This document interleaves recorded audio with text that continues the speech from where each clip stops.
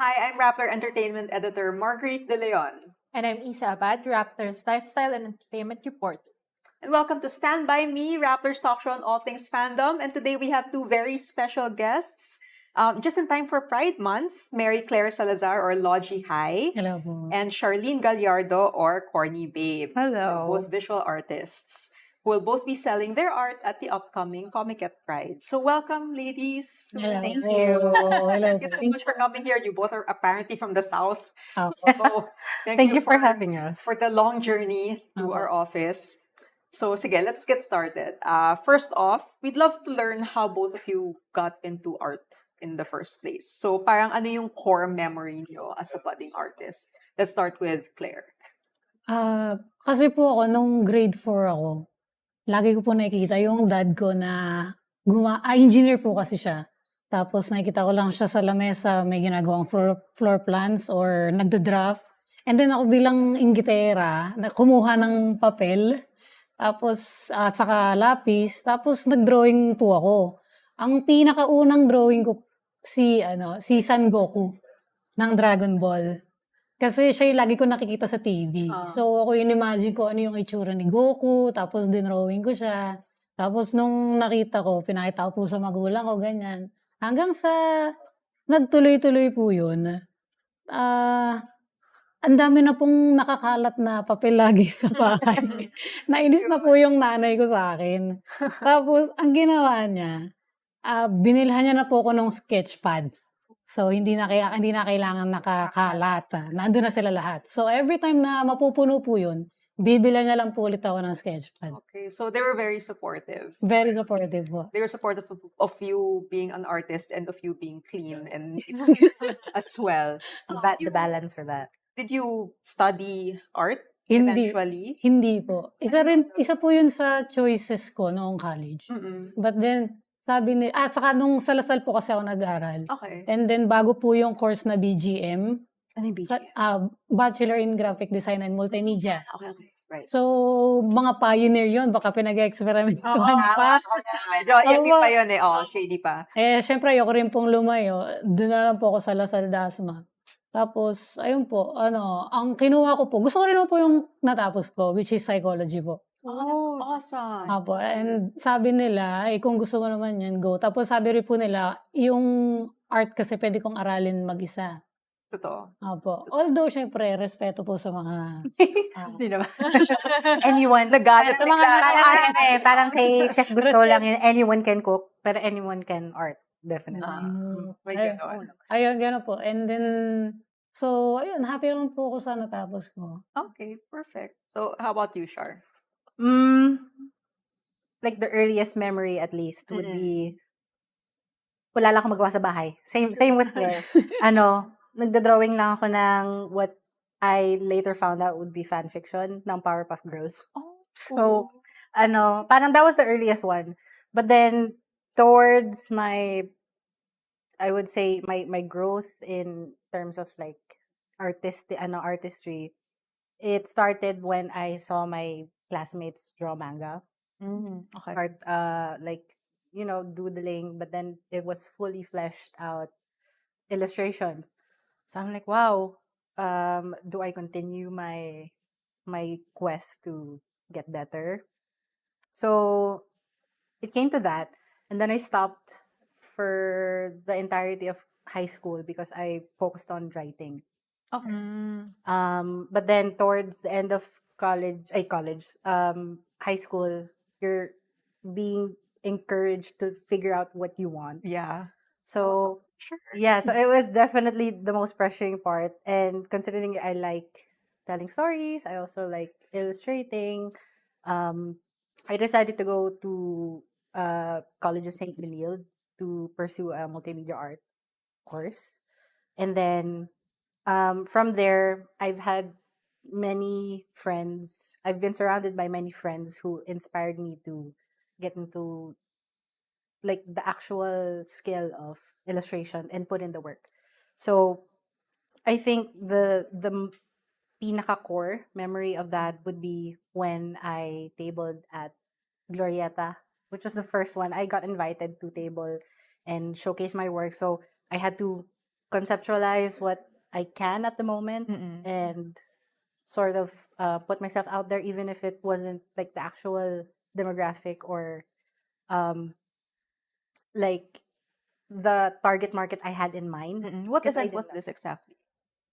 I forgot For actually the some title. sort of like art market Yes, type. it was a fusion of performing arts and then an art market. Okay. In one of the activity centers of Glorieta. Mm.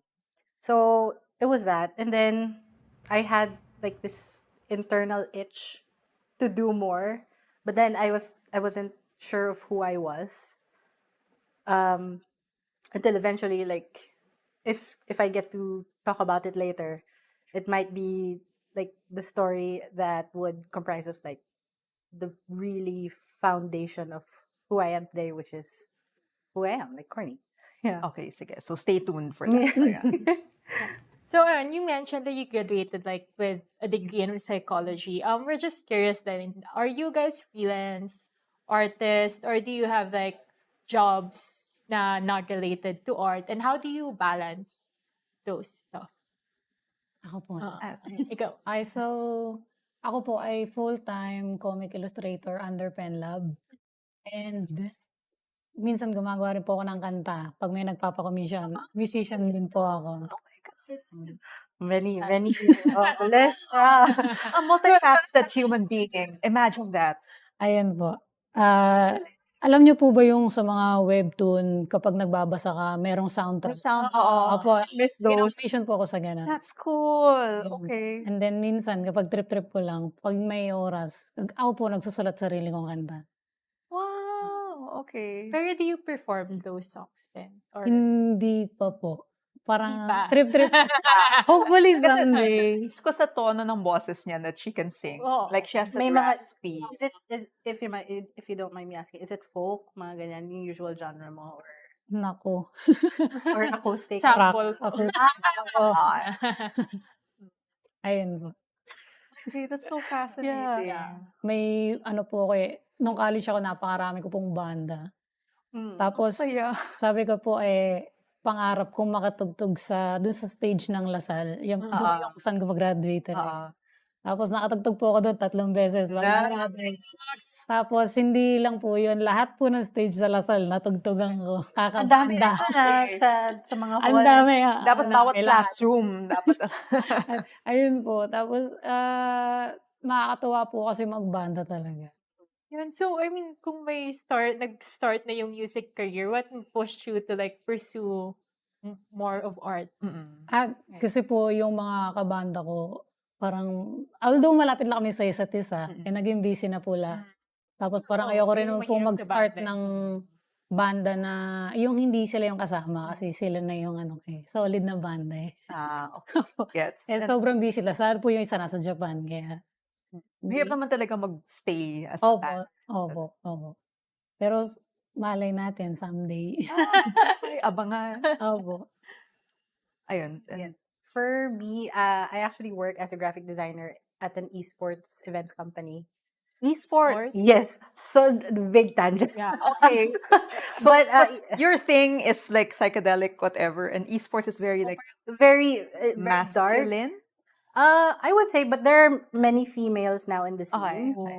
and also behind the scenes. So that's something I had the privilege of seeing early on, and then actually dabbling into at the moment. But on the side, I actually do some freelancing for graphic design as well. In terms of illustration, that's what I'm hoping to get into.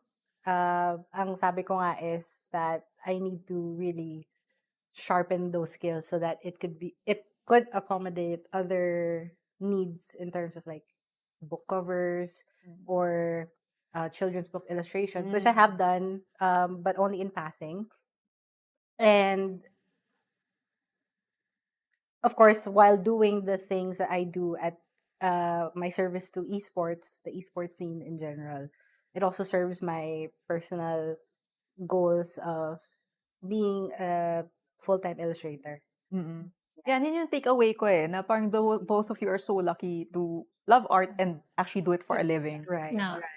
That's kind of rare, Yes. honestly. And it takes a lot of work, I would say. Like, I don't want to get into it too much because, of course, our experiences differ than as with everybody else. But, that's the privilege of having that dream and having people around you push towards that goal of yours to pursue whatever you want to pursue in terms of skills. Oo. Ganda. So, So, napansin din namin na, actually, ako, like, I go to cons a lot, and napansin ko na more and more artists these days go by aliases. Like, it's usually not like your name anymore. Yeah. So, you, Claire, are Logihy, Apo. and you, Char, are Corny Babe. Yeah. So, could you explain ano yung, what do you call this, origin story ng aliases nyo? Let's start with Claire. Okay, so yung Logihy po, abbreviation siya ng logically hyper. Dati po akong nagtuturo. Okay. And then isa po sa mga estudyante ko, bigla na lang niyang sinabi na si ma'am logically hyper. Tapos, kasi Mga bata talaga. kahit po Okay. nagtuturo po ako na, alam niyo yung sobrang excited sa klase papasok, energetic, logical pa rin daw po ako mag-isip. Yun po yung sabi niya. So, tumatak po yun sa akin. And then, nung nag-start na po ako ng comics, nag-iisip po ako ng, ayan na nga po, ng pen name. And then, naalala ko po yun. Yung sinabi niya. So, yung logically hyper, pinaikli ko lang, kaya Logihy. And Ganda. then, gusto ko po kasi ng pen name na unique. Right. Yung tipong kapag ginugol mo, yun lang yung lalabas. Tama, SEO. Good SEO SEO skills. Tama. So, yun po. Try nyo i-google. Ako lang yan. Pinaka-top Instagram page agad. Lahat. Na-challenge tuloy ako. Gagawa ako ng ibang Logihy sites para maano. Ayun po. And how about you, Corny Babe? What I tell people, it's funny kasi I usually tell people it's because of cornholio. Beavis and Butthead, yeah. Like, TP for my butthole. but like Yes. the truest story I could tell is because I wanted a separate identity for my personal life Mhm. because the internet, of course, Sure. you don't want to put everything out there. Right. And it was during that time of, the internet was still new, social media was still booming. Social media was still like pretty much an infant. Yeah. And everybody's there, everybody's chatting. So in terms of like wanting to fit in, but then not necessarily wanting to be in those circles, I created a separate account for my personal one, for my friends, my family, and then another one so that I can enjoy the things that I like, which at the time were cartoons, anime. And then it prompted me to a page that said, you need to put your name as usual. I for some reason at that time I thought about the Princess Diaries name. Okay. It's super super malayo, but it's Amelia Mignonette Thermopolis Rinaldi, diba? I kind of twisted that. I thought about many things. So like there's Princess Diaries, there's Cornelia from Witch. So Okay, I yeah. took Cornelia, and then I took Mignonette, and then just made it my own. Mignonette, and then Nikolai. Okay. So it's so weird. But basically that was the online name that I used for around a decade and a half. Okay. Until such time when I did go to college and then tried to pursue illustration. I wanted something unique, like what Claire said. So from Cornelia Mionette Nicolai, it became Cornelia Mionette, and then it just shortened itself to Corny. Okay. Get. Yeah. So it's a long-winded story. Okay. I know. I told about this story to a couple of friends already, but it began as the Corny project because I wasn't sure. Like, I wasn't sure of who I was Okay. in that scene. Oo, so temporary Yes, like if project-based pa siya. yes, Oo. project based. So if it rang to people, then that's my cue. And fortunately enough, it kind of did. Although it did raise some eyebrows, like, why are you called corny? Are you really corny? We'll see. So that was that. And then I tried to own it with the identity that I have now. Mm. And I wanted to attach the name Babe next to that so that, like, I am everybody's babe. I'm that babe. Yeah. And like, I'm a lover of all things funky, things that had to do with love and things that really make me cozy inside Mm-mm. while being openly expressive about, Mm-mm. how I view the world and how I regard people with kindness and grace. So, and I know it's limited to, like, the pet names you have with your jowa, Yeah. your partner, but I think that it had a nice ring to it. So all of that to say, Corny Babe came from Cornelia Munet Nicolai, and a decade and a half origin story of how I'm just a kid of the internet. Okay. Yeah. Nakita naman namin yung journey mo as an artist then when you explained. Yeah. So Thank yun, you. and you both have each very distinctive styles. Claire is very manga inspired. Char is very 70s psychedelic. Can you guys give us, may dala kayo samples of your Yeah. artworks? Sige po. What is it about these respective styles that you guys like the most? And since the start pa, this was the style that you were drawn into, and how hard is it to like establish an identity with these art styles? Na parang pag napakinggan nila yung name nyo, alam agad nila na ganito yung style na makukuha nila with your artworks. Parang dami ko. Dali, yes, naman. Okay. Pero kaya nila yan. I believe in them. Sige, let's go with Claire. Okay po. So, ito po. Grand reveal. Yes. Yay! Pwede po makita yung, ito po yung style ko. Careless. Kasi po, growing up, napakarami ko pong pinapanood na anime, Yeah. sari-sari. So, parang pag nakikita nila, kamukha daw ni ganito, ganyan.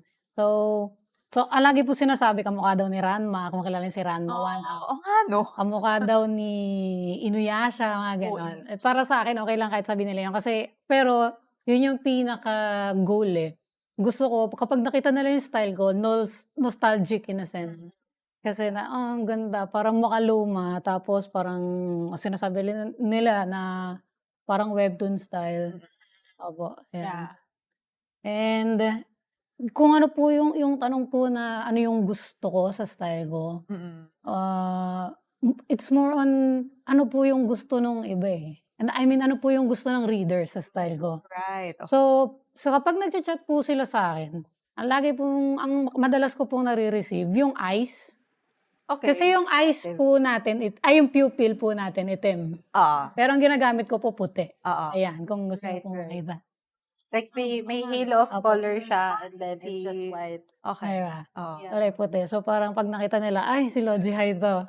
Opo. Opo, ganun po. Okay. Although hindi Parang lang, yun yung signature mo. opo, parang, although kahit di lang naman ako yung gumagawa nito, pero kapag kasi nakita mo siya, na, ay, alam mo si Logihy yung artist nito. Opo. Yun po yung madalas kong nare-receive na mga compliments and mga chat from the readers. Okay. Just to add then, like, I was talking to her kasi behind the scenes. Sabi ko sa kanya, it reminds me of Mystic Messenger almost. The dating sim app before na nag- Yeah. Pero it's so distinctly her because of how the expressions are with kasi I read the first chapter. So like, this is like a little fangirl at it. Pero yes, parang Thank you for reading. yeah, parang ano siya, it's so very unique in terms of like the execution and the story itself. Pero yan, dami ko sinabi. Yung ano po, minsan akala nga nila hindi Pilipino yung gumawa eh. So nagugulat na lang sila na, ay, Pilipino po pala yung author, ganyan. Tapos natutuwa sila kasi may gumagawa ng comics na Pilipino, tapos GL pa, yun yung gusto nilang genre. Hmm. Ayun po, nakakatuwa lang rin. Sige, we'll get to the GL stuff later. Yeah. Juicy yan, Excited. juicy. And how about your psychedelia? The root of it was from my parents. Okay. So every morning during Saturday, I used to wake up to 70s music. Mm. Mga tipong Earth, Wind, and Fire, Mm. mga Ambrosia, and Chicago, all that stuff. And I think when I was still looking for my voice and my style, I really dug deep into that and said na, who are you as a person if not like the culmination of love from your parents? So, ano eh, I really went there. Oh. So, I tried to make that distinctively my own in terms of like, what do I like with the thing that I am growing up with. So, there was the time na sabi ko, okay, I want to experiment with colors, ganyan. I want to explore the themes of happiness. Even though at the time, like, I was pretty much anything but. So, it did work. And because of going down the rabbit hole of references like sila Twiggy, sila Jane, I felt the deepest connection I've had with that and with expressing these icons, these design elements. I made it somewhat my own. And of course, with the help of my heroes, who I now call my friends, they tried to inspire me, and I willingly accepted that because it really aligned with my beliefs and my values. Can you show Oh, a yeah, little bit right. of a sample? Right. So the first one, I think the earliest one was this one. So this is cute. called Celestial Beauty. Awesome. Did you Uh, like Lisa Frank growing up? I had some diaries. I Ah, had okay. some merch, Okay. but also because Lisa Franks is like hers and hers Ah. alone. Parang sabi ko, how do I incorporate Your own. these elements into mine? And this eventually became like the all-seeing guardian na naging meme before. Pero, pero that's one. And then this one is si Agnetha Faltskog of ABBA. Yeah. Yeah, so I had this inspiration from one of her tour or concert photos on Pinterest, and I was like, okay, let me practice that. And I took my time because I tried to understand where my style lied. So eventually, I would say these were around 2020. Okay. And then I tried to expand that Ganda. because I went into fandom. So this is from Karate Kid. Although this is from Cobra Kai, and this is Karate Kid 2. Right. Okay. Yeah, so I tried to make like a tribute piece to one of my favorite couples, my favorite ships, and kind of went on from there. So most of these are ano na. This is also a fandom thing. Fandom thing. This is Julie Pierce. And then some of these are like what do you call this? My pag wala lang talaga akong magawa, I wanted to explore different ephemera. So this one's new. This one's going to debut sa Komiket Komiket. Pride. So Yeah, exclusive. hot stuff. Yeah. This is parang like yung mga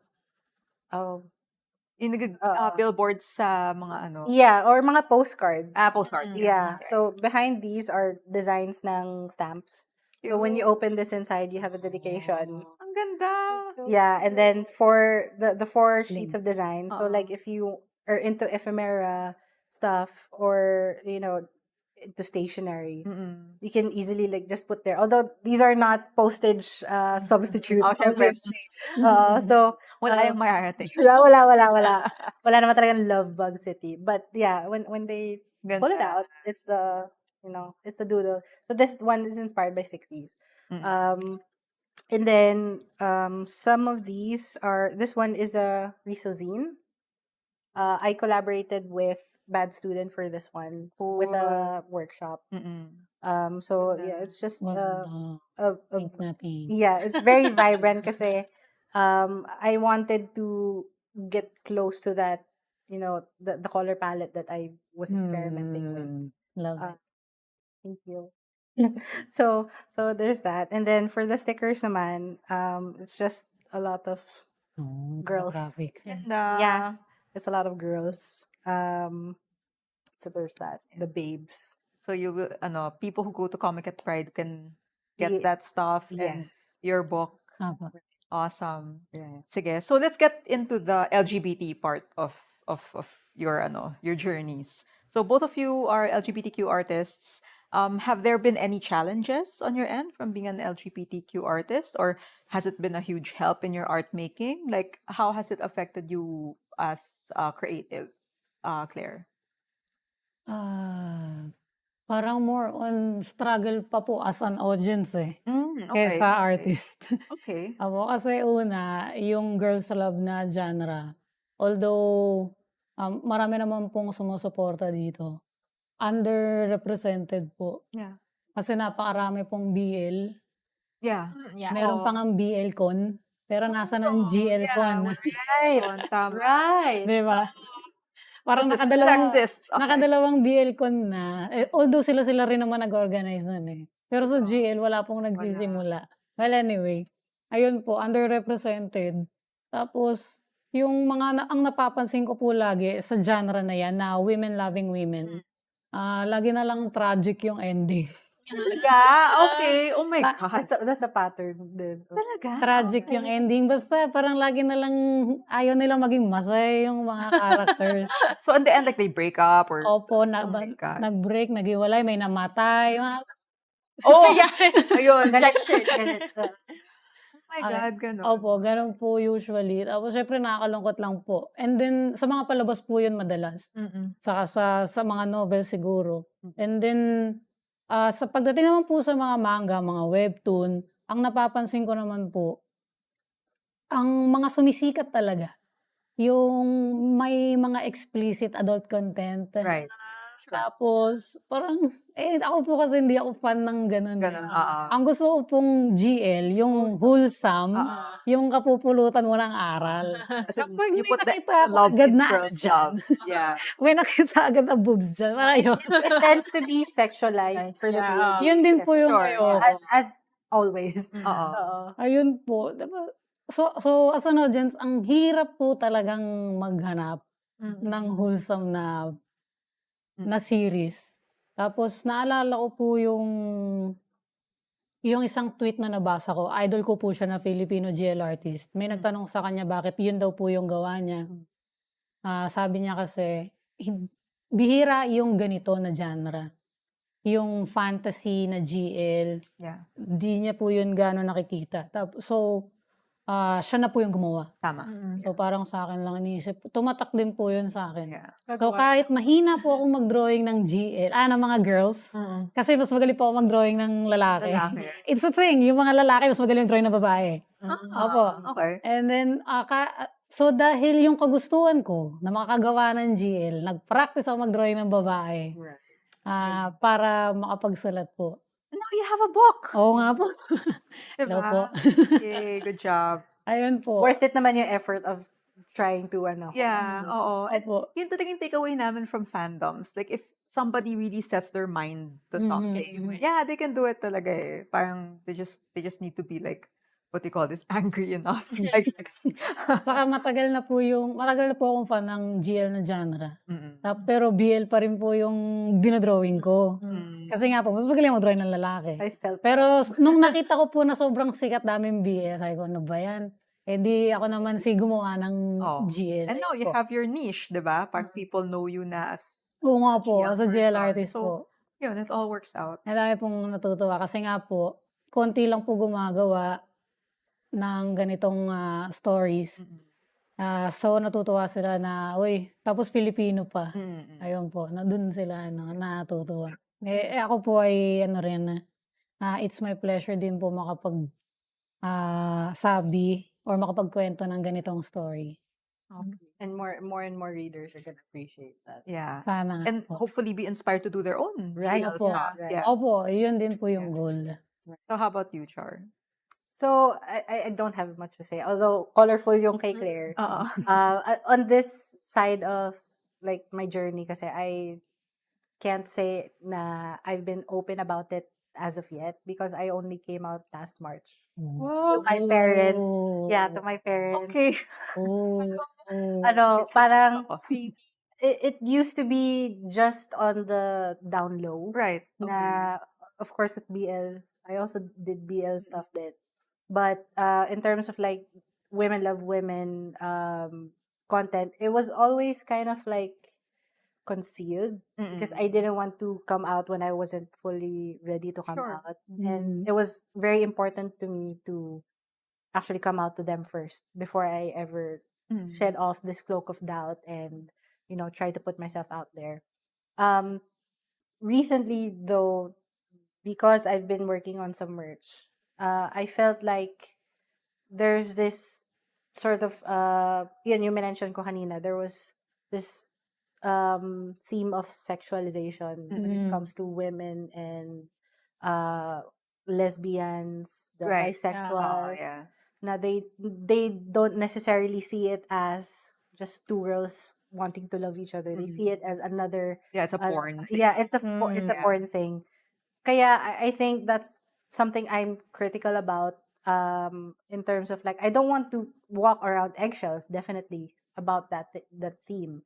But I want everyone to know that this is the norm, that we're not technically we're not exactly pushing towards, like it's not an agenda that we're enforcing forcing down people's throats. It's more of like this is the reality that we have in terms of like what we feel inside and what we want as our rights as humans.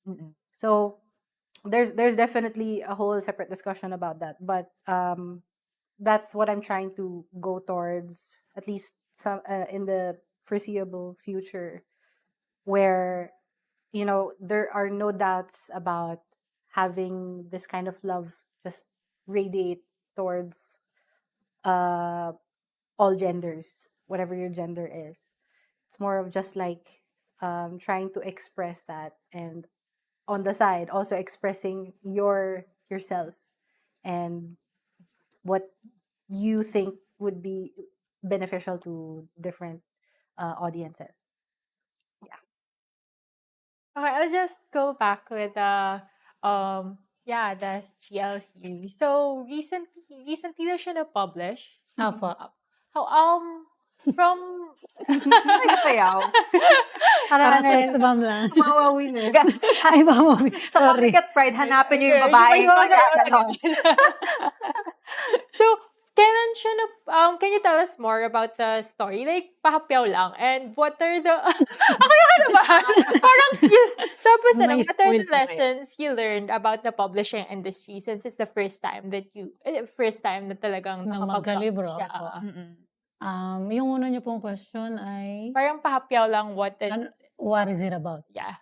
Okay, so siya po, unahin natin siya. Siya talaga. Siya talaga.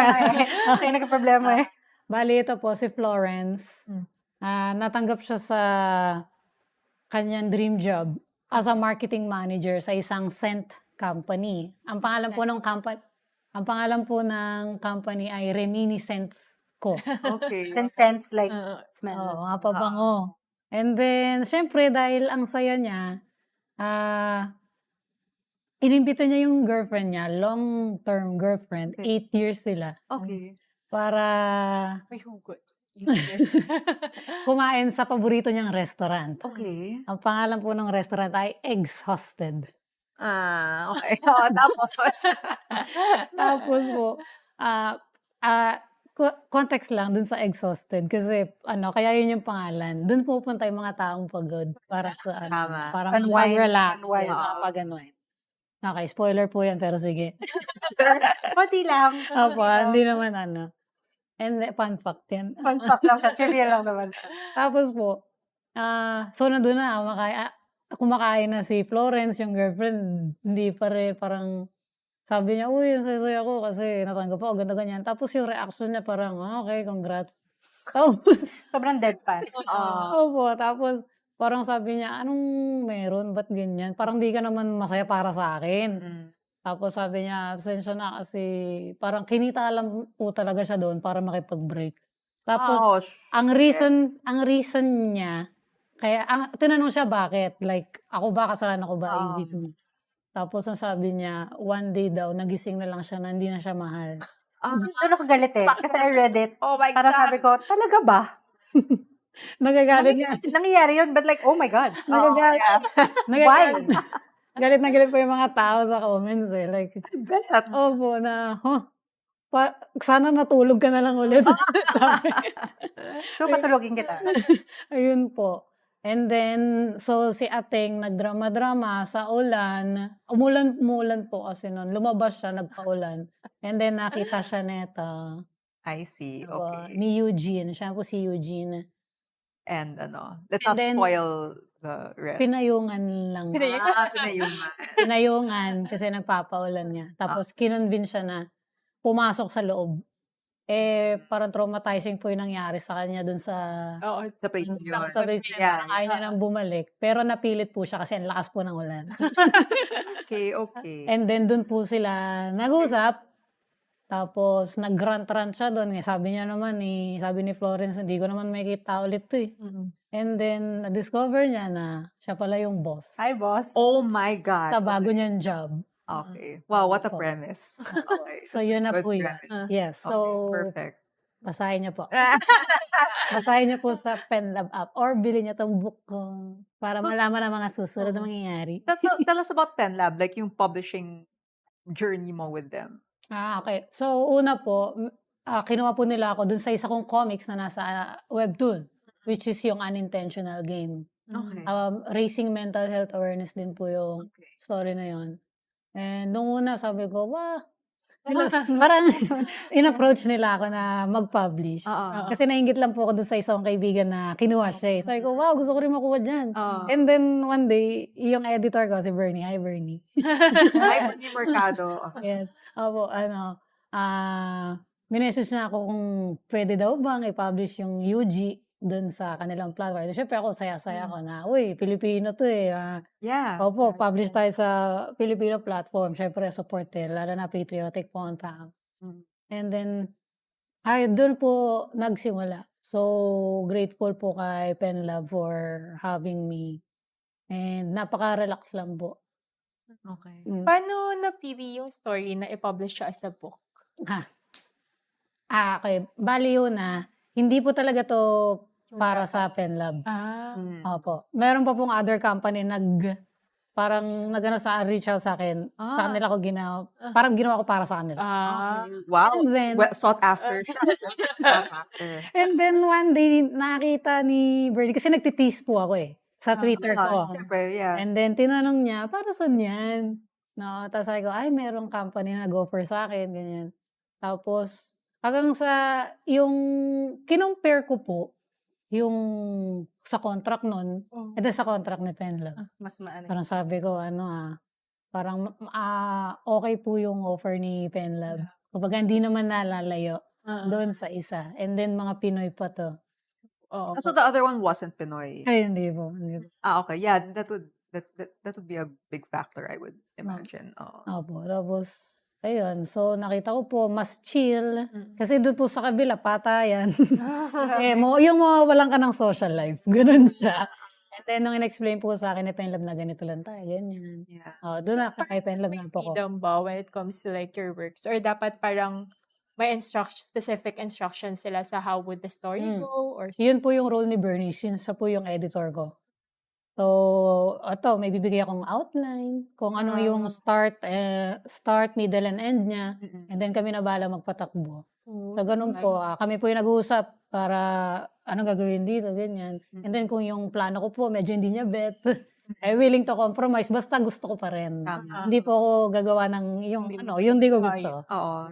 Not talaga to PenLab and other independent publishers. Like, they do the work. They do the work and parang 10 years ago, this wasn't It here. wasn't. Diba? Like, so many artists are so frustrated in getting their work out. And it's just so great that there are people out there who talagang set up these platforms. Very Right. passionate Make po sa Or, hobby. oo, parang sobrang kudos to them talaga.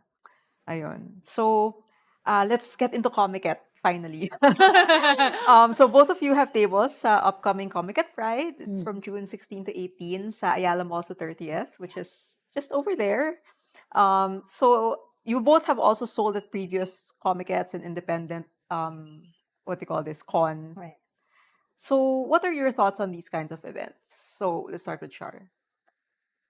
First, they're very welcoming in terms of, not only just for artists who want to get their work out there as a start, but then they also reciprocate that intention for congoers to actually get into it, Yeah. and then the cycle just repeats. Yeah. That's one of my favorite ones, because nothing beats having people tell you that they love your art, they love everything about what you're doing, and that's the most heartwarming thing Yeah. I've experienced.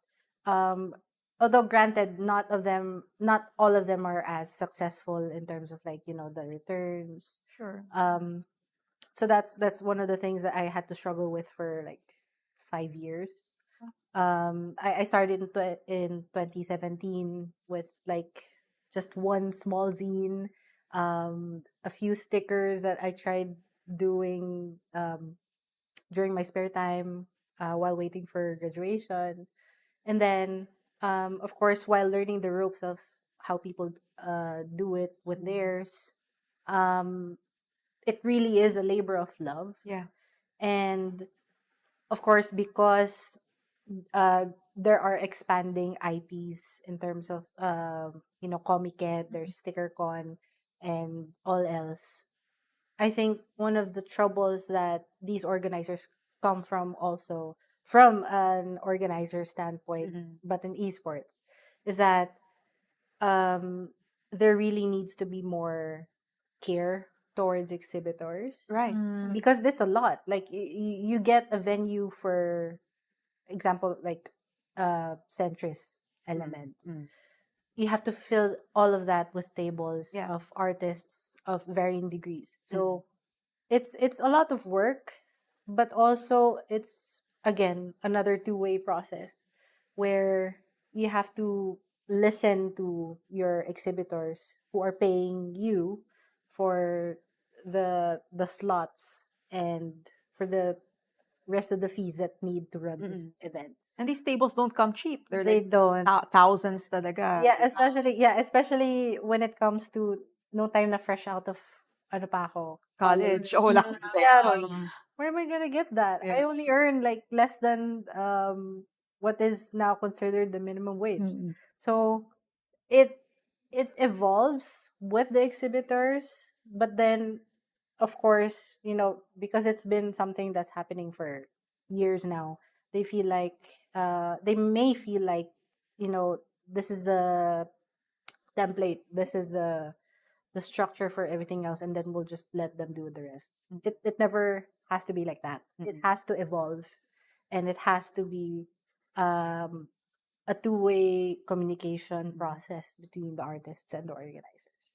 So that's mostly my impression about things, given that more events are happening, more lessons are needed to happen in order to actually serve as a blueprint for the rest of the events to come. And yeah, I think it's mostly just that. But if I were to go back and circle back to the what the community does for art, for graphic novelists, for writers, nothing can top the genuine connection for Yes. so that's what I really love about it. Yeah. Yeah. Ikaw, Claire. Gaya po nung sabi niyo kanina, dati po wala namang ganito, 'di ba? So, syempre nung nag-start si Komiket ganyan and other art events, Nakakatuwa po na meron ka ng paglalagyan ng mga gawa mo or mai-promote yung gawa mo. Tapos ang dun po kasi sa pinakaunang experience ko ng Komiket, parang pagpasok mo, wow, sobrang ganda, ang daming art, ang daming artist. Tapos, kasi common interest eh. So parang, yes, langit. Correct yan, correct yan. Langit agad. Oo, langit. Kasi ang ganda ng natatanaw. Your people. Opo, yes, yun nga. Parang sabi ganun, my community. Ganun po. And then, kapag may mga nakakausap po ako sa event, sinasabi nila na nagiging safe space nila yung Komiket. So, thank you po, organizers ng Komiket. So, sobra kasi, ano po sa art, as an artist, na nagbo-booth, madalas na. Dati po kasi hindi. Pero ngayon, napapadalas na dahil sa pag-promote po ng comics. Napapalawak po yung network namin. And then, syempre, para maging successful yung iyong story mo, nakikita ko po yung importance nung pag-network nga po sa ibang tao, and then yung effective na social media strategies, and then yung mga ganito po na klase na naiimbitahan po ng mga media para makapag-promote po, makakwentuhan about art. Napakalaking bagay po. Okay. Yeah, so unfortunately, we're down to our last question.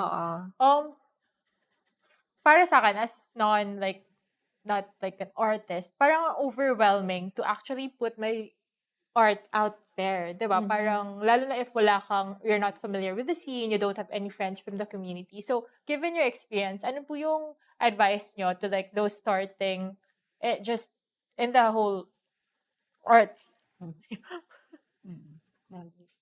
Ako mauna. For baby artists. Okay.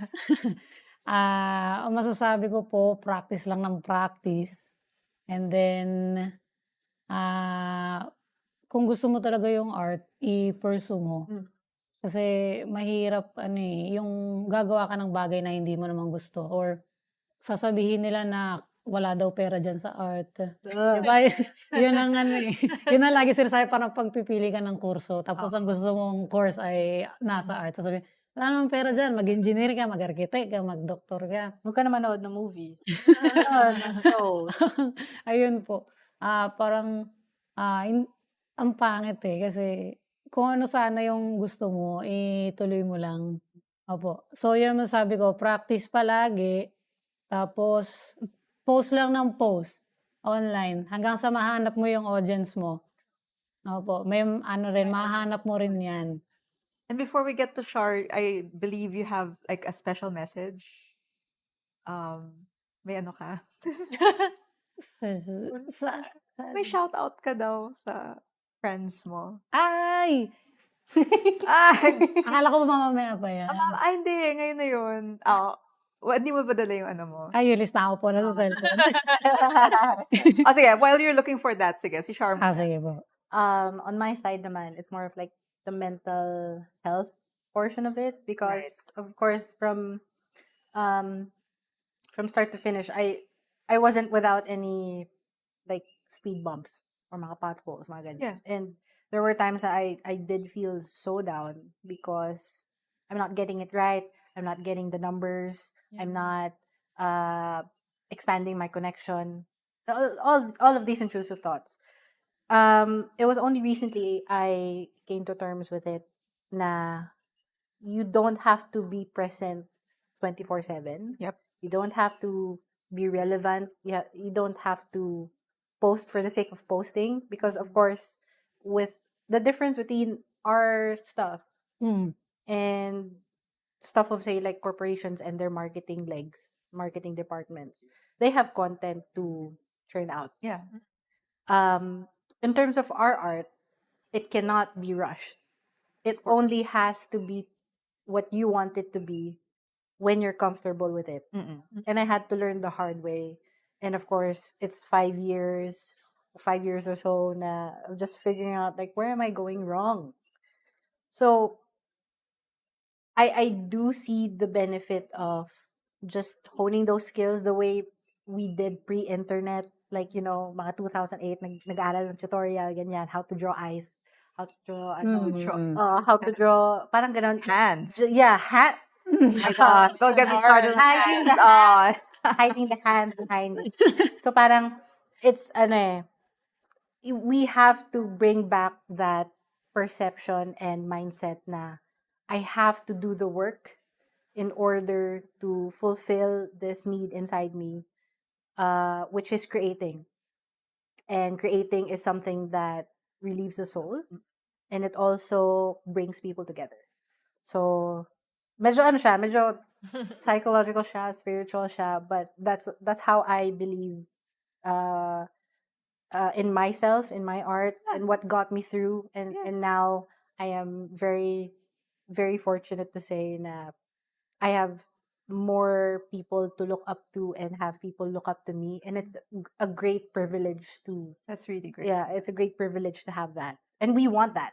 We want to inspire them to the right direction, not because you don't need to serve different masters other than yourself. Tama. And it's Baby not a case. contest. It's not a race. contest. Yeah. It has to be at some point collaborative Tama. in bringing people together Mm-mm. upwards. So yeah. Yun din po yung yung goal, yung mga baby gays. Let's go.